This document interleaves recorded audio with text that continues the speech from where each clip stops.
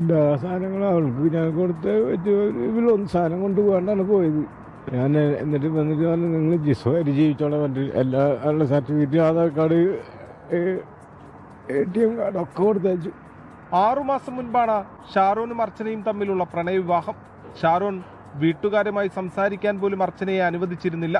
കോളേജിന് മുന്നിൽ വെച്ച് ഒരിക്കൽ അർച്ചനയെ മർദ്ദിച്ചപ്പോൾ സെക്യൂരിറ്റി ജീവനക്കാരൻ ഇടപെട്ടാണ് രക്ഷിച്ചത്. വീട്ടിലെന്നും തർക്കം പതിവായിരുന്നുവെന്നും അർച്ചനയുടെ കുടുംബം. അന്നോട്ട് സമാധാനം ഉണ്ടായില്ല അവൾക്ക്.